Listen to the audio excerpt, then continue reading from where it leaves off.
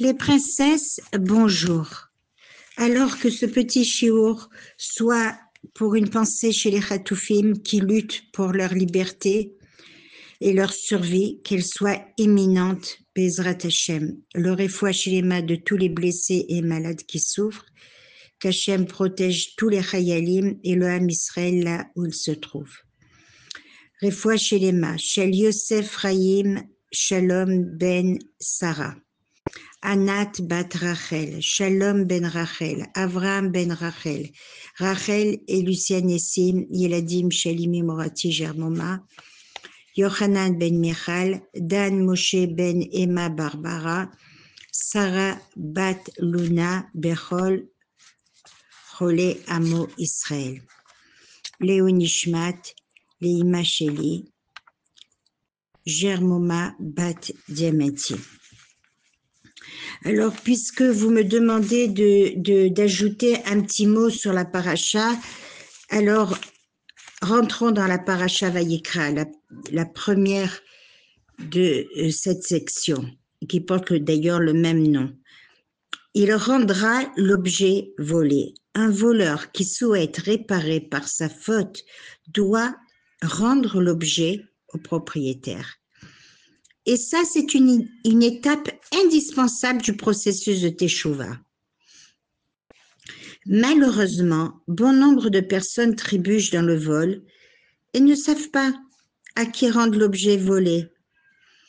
Le Chafetz Chaim nous raconte ce qui lui est arrivé à ce sujet. Il n'avait alors que 4 ans. Il se promenait avec ses copains dans le marché de la ville. Lorsqu'un plateau de pommes d'un commerçant se renversa avec toutes les pommes qui s'éparpillèrent dans toutes les directions. Les enfants se dépêchèrent à récupérer les pommes, heureux d'avoir trouvé un trésor. Quelque temps après, les enfants apprirent à l'école l'interdit de voler et le commandement positif de rendre l'objet volé. Et là, un enfant se mit alors à trembler et se rendit immédiatement auprès de ses parents pour leur demander une petite pièce d'argent. L'ayant reçue, il se rendit sans tarder auprès du commerçant, acheta quelques pommes et déversa son sac de pommes sur l'étalage du commerçant. Cet enfant était le Chafetz Chaim. Cette histoire, le Rav Elchanan Wasserman l'a racontée lors des expédimes du Chafetz Chaim. Il demanda alors quelle était la force du Chafetz Chaim. C'était la prise de conscience de l'importance des mitzvot. Il étudiait à condition d'accomplir, grand dès son jeune âge. Bon nombre de personnes dans la Torah faisant les mitzvot, pensant que les non-religieux doivent faire teshuvah, car ils mangent les aliments interdits par la Torah, mais nous mangeons souvent des aliments interdits comme la haine gratuite, les disputes, les convoitises. Tous ces enfants devenus orphelins et toutes ces femmes veuves, qui peut dire que ce n'est pas à cause de la discorde?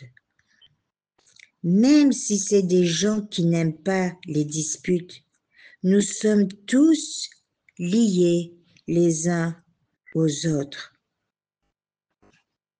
Le Rav Steinman nous conseille de rajouter après la Shmona Esrei, après la Mida, cette petite tefila. Que cela soit la volonté, maître du monde, de me préserver du lachon hara et de la dispute, de la haine gratuite, et d'enraciner dans mon cœur et celui de tout ton peuple l'amour envers son prochain, afin de trouver grâce à tes yeux et à ceux des hommes. Une femme vertueuse nous a un jour demandé de poser la question au Rav Yitzhak Zilberstein.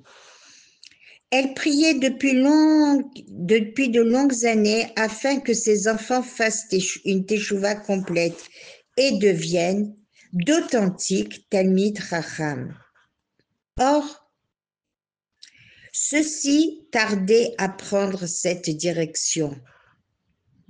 Il lui semblait donc que sa prière n'avait reçu aucune réponse positive. Pourquoi priait-elle depuis si longtemps sans recevoir de réponse? Le Rav lui répondit ainsi. Une prière sans réponse, cela n'existe pas. Moi aussi j'ai posé cette question au Stempler concernant un malade pour lequel je priais sans que ma prière ne soit acceptée. Et voici ce que m'a répondu le Stempler. Parfois la prière est exaucée après un jour, parfois après une semaine, et parfois 1 mois, 2 mois, 1 an, 2 ans, parfois 10 ans. Et sais-tu ce qui est advenu du malade? Il a été guéri après 10 ans de prière et de supplication.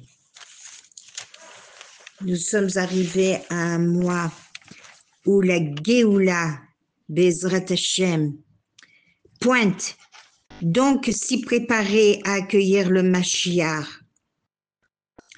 Des jours lumineux et pleins d'espérance. On doit se renforcer en amour pour Akadosh Baruch Hu et sa Torah. Renforçons-nous au service divin en s'attachant davantage à Hachem, s'élever davantage. C'est notre but, notre mission dans ce monde.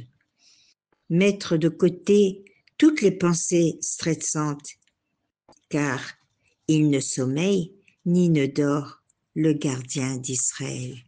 Très bonne journée les princesses, Shavua Tov.